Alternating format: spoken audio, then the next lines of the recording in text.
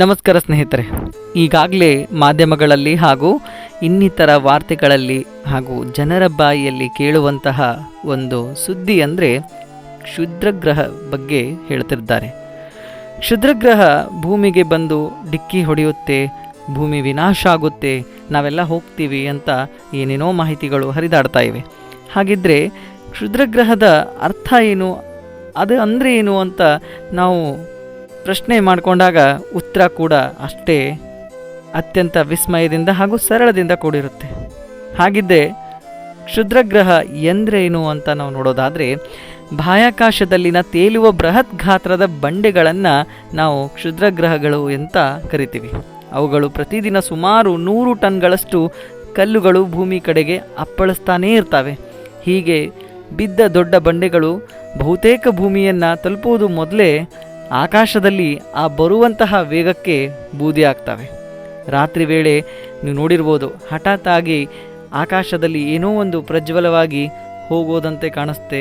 ನಾವು ಏನೋ ನಕ್ಷತ್ರ ಅಂತ ಕರಿತೀವಿ, ಅಥವಾ ಇನ್ನಿತರ ಯಾವುದೋ ಒಂದು ವಿಸ್ಮಯ ಆಕಾಶದಲ್ಲಿ ಹಾರೋದಂತೆ ಕಾಣುತ್ತೆ. ಅದು ಕ್ಷುದ್ರಗ್ರಹಗಳಾಗಿ ಇರ್ತವೆ.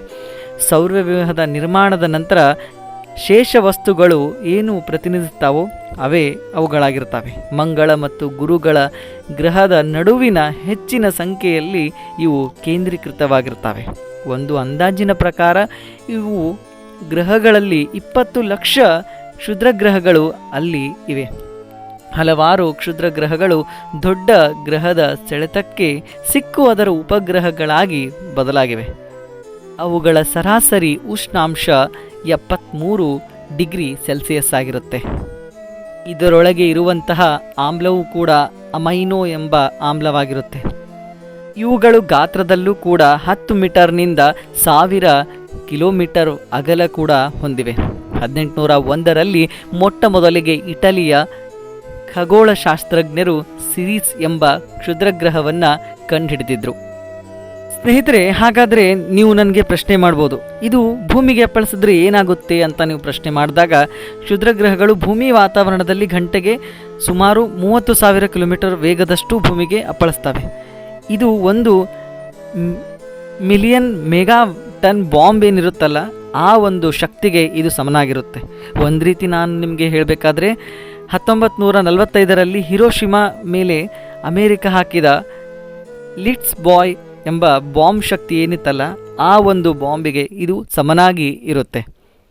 ನೂರಾರು ಗಗನಚುಂಬಿ ಕಟ್ಟಡಗಳು ನೆಲಸಮವಾಗ್ತವೆ, ವಾತಾವರಣ ಧೂಳಿನ ವಾತಾವರಣ ಆಗುತ್ತೆ, ಹಾಗೂ ಸೂರ್ಯನ ಶಾಖವು ಭೂಮಿಯ ತಲುಪುವುದು ತಡೆಯುತ್ತದೆ. ಇದರಿಂದ ಭೂಮಿ ವಾತಾವರಣ ಹಾಗೂ ತಾಪಮಾನ ಎಲ್ಲ ಕಡಿಮೆ ಆಗ್ತಾ ಬರುತ್ತೆ. ದ್ಯುತಿ ಸಂರಕ್ಷಣೆ ಕ್ರಿಯೆ ಕೂಡ ಅಡ್ಡಿಯಾಗುತ್ತೆ. ಪ್ರಾಣಿಗಳಲ್ಲಿ ಹಾಗೂ ಜೀವಿಗಳಲ್ಲಿ ಆಮ್ಲಜನಕದ ಕೊರತೆ ತುಂಬ ಆಗುತ್ತೆ. ಹಾಗೂ ಮುಖ್ಯವಾಗಿ ಈ ಕ್ಷುದ್ರಗ್ರಹ ಭೂಮಿಗೆ ಅಪ್ಪಳಿಸೋದ್ರಿಂದ ಅಂತರಾಳದ ಶಾಖದಿಂದ ಭೂಕಂಪ ಆಗೋ ಚಾನ್ಸಸ್ ಕೂಡ ತುಂಬ ಇರುತ್ತವೆ. ಉಷ್ಣತೆ ಹೆಚ್ಚಳದಿಂದ ಜ್ವಾಲಾಮುಖಿ ಕೂಡ ಆಗುವಂತಹ ಪರಿಣಾಮಗಳು ಕೂಡ ಇರ್ತವೆ. ಇನ್ನು ಕ್ಷುದ್ರಗ್ರಹ ಸಾಗರದಲ್ಲಿ ಅಂದರೆ ಸಮುದ್ರದಲ್ಲಿ ಬಿದ್ದರೆ ಏನಾಗ್ಬೋದು ಅನ್ನೋ ಪ್ರಶ್ನೆಗೂ ಕೂಡ ಬೃಹತ್ ಅಲೆಗಳು ಸೃಷ್ಟಿಯಾಗ್ಬೋದು, ಅಥವಾ ಬೃಹತ್ ಅಲೆಗಳಿಂದ ಸುನಾಮಿ ಕೂಡ ಸಂಭವಿಸ್ಬೋದು, ಸಾವು ನೋವುಗಳಾಗ್ಬೋದು.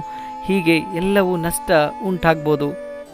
ನಿಮ್ಗೆ ಗೊತ್ತಿರ್ಬೋದು, ಪ್ರೆಮಿಯನ್ ಟಯಾಸಿಸ್ ದುರಂತ ಲಕ್ಷಾಂತರ ವರ್ಷಗಳ ಹಿಂದೆ ಸಂಭವಿಸಿತ್ತು. ಭೂಮಿ ಮೇಲಿದ್ದಂತಹ ಡೈನೋಸಾರ್ಸ್ಗಳು 90% ನಾಶವಾಗಿದ್ದು ಈ ಒಂದು ಕಾರಣದಿಂದ ಆಗಿದ್ವು. ನಂತರ ಭೂಮಿ ಚೇತರಿಕೆಗೊಳ್ಳೋದಕ್ಕೆ 30 ದಶಲಕ್ಷ ವರ್ಷಗಳು ಬೇಕಾಯಿತು.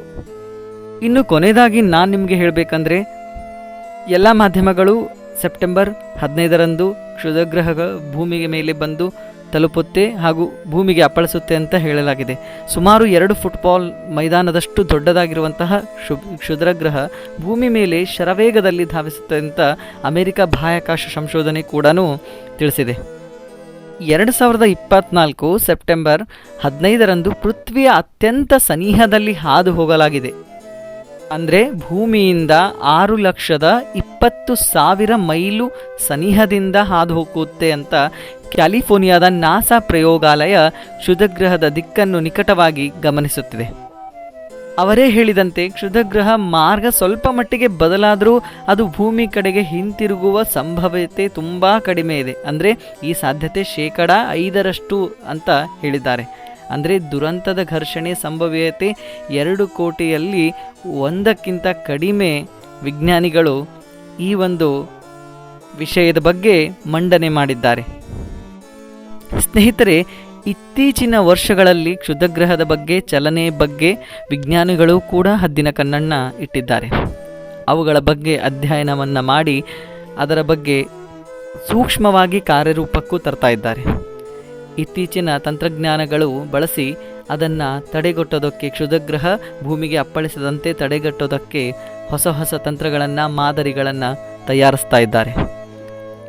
ಈ ಸಂಶೋಧನೆ ಪ್ರಕಾರ ಸುಳಿದಾಡುವ ಗಗನನೌಕೆಯಲ್ಲಿ ಅಯಾನ್ ಥೈಸ್ಟರ್ ಎಂಬ ಉಪಕರಣ ಇರುತ್ತೆ. ವಿನಾಶಕಾರಿ ಕ್ಷುದ್ರಗ್ರಹಗಳನ್ನು ಗುರುತಿಸಿ ಅದರ ಮೇಲ್ಮೈ ಹೋಗಿ ಲೇಸರ್ ಮುಖಾಂತರ ಆ ಕ್ಷುದ್ರಗ್ರಹಗಳನ್ನು ಅಲ್ಲೇ ಕರಗಿಸಲಾಗುವುದು. ಈ ಆಲೋಚನೆ ಕೂಡ ಮಹತ್ವವಾದಂತಹ ಉದ್ದೇಶವನ್ನು ಪಡೆದುಕೊಂಡಿದೆ. ಅಂದರೆ ಭೂಮಿಗೆ ಯಾವುದೇ ಕ್ಷುದ್ರಗ್ರಹಗಳು ಕೂಡ ತಲುಪದಂತೆ ಅಲ್ಲೇ ಅವುಗಳನ್ನು ಕರಗಿಸಲಾಗುವುದು.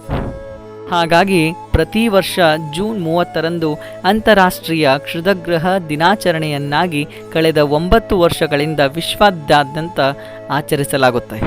ಕ್ಷುದ್ರಗ್ರಹಗಳ ಬಗ್ಗೆ ಸಾಮಾನ್ಯ ಜನರಿಗೆ ಮಾಹಿತಿ ಒದಗಿಸುವುದೇ ಈ ಒಂದು ದಿನಾಚರಣೆ ಕೂಡ ಉದ್ದೇಶ ಆಗಿರುತ್ತೆ. ಸ್ನೇಹಿತರೆ, ಈ ಒಂದು ಮಾಹಿತಿ ಪ್ರಕಾರ ಕ್ಷುದ್ರಗ್ರಹ ಭೂಮಿಗೆ ಅಪ್ಪಳಿಸುವ ಸಾಧ್ಯತೆಗಳು ತುಂಬ ಕಡಿಮೆ ಅಂತ ನಾಸಾದ ವಿಜ್ಞಾನಿಗಳೇ ತಿಳಿಸಿದ್ದಾರೆ. ಹಾಗಾದರೆ ಇದರ ಬಗ್ಗೆ ನಮಗೆ ಯಾವುದೇ ಆತಂಕ ಹಾಗೂ ಭಯ ಬೇಡ. ಆಧುನಿಕತೆ ತುಂಬ ಮುಂದೆ ಹೋಗಿದೆ. ಅದೇ ರೀತಿ ವಿಜ್ಞಾನಿಗಳ ಆಲೋಚನೆ ಕೂಡ ಅದರ 2 ಪಟ್ಟು ಮುಂದೆ ಇದೆ ಅನ್ನೋದು ಮಾತ್ರ ಖಂಡಿತವಾಗಲೂ ಸತ್ಯ.